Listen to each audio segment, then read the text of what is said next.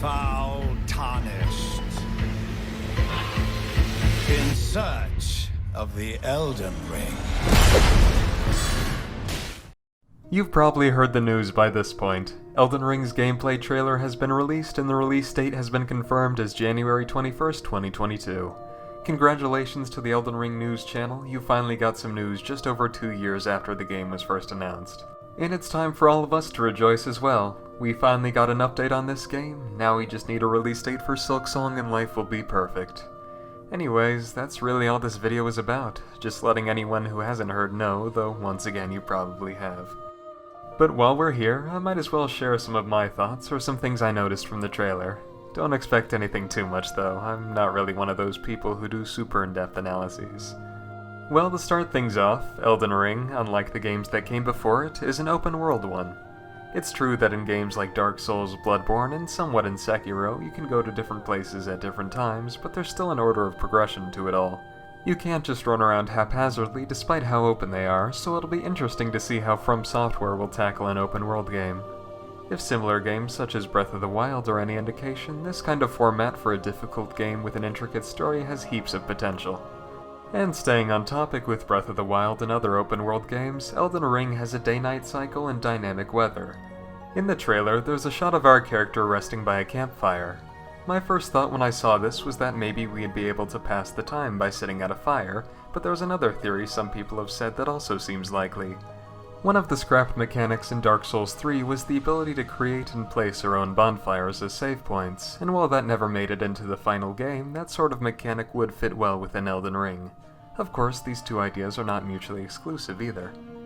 Near the end of the trailer, we once again get to see the Valkyrie looking as cool as ever, and we also get to see this guy who looks a lot like this guy from the original trailer. It's probably safe to say that these two are the same person, and not just because of the hair and the crown, but because of all the arms. In the original trailer, this guy was trying to connect arms to himself, and in this new trailer he has a bunch of arms all over him.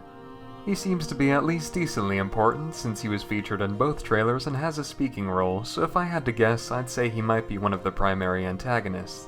If not for the entire story, then maybe for an area at least. We also get to learn that we'll be playing as something called the Tarnished. We played as an undead in Dark Souls, as an unkindled in Dark Souls 3, and as a good junta in Bloodborne, and as someone who joined the Discord and subscribed after watching this video. But now we've got something new, so that's pretty cool. From the trailer, we get to see other miscellaneous things too, like that we can ride a horse, that there's a stealth system, and we can enter dungeons. A whole bunch of cool stuff.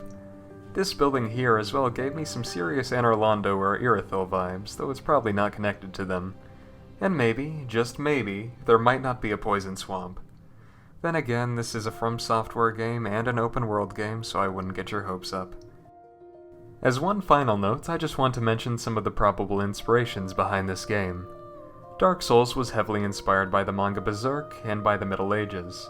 Bloodborne was inspired by the works of H.P. Lovecraft, and Sekiro was inspired by Japanese culture and the Blade of Immortal manga. From the looks of things, Elden Ring appears to be inspired once again by Berserk and also by Norse mythology. The main thought behind this is the tree that appears all throughout the trailer, called the Erd Tree. This is likely either a reference to Yggdrasil, the world tree from Norse mythology, or the world spiral tree from Berserk. Well, that wraps up just about everything I wanted to say. There's plenty of other things that could be talked about in the trailer, but maybe that'll come another time.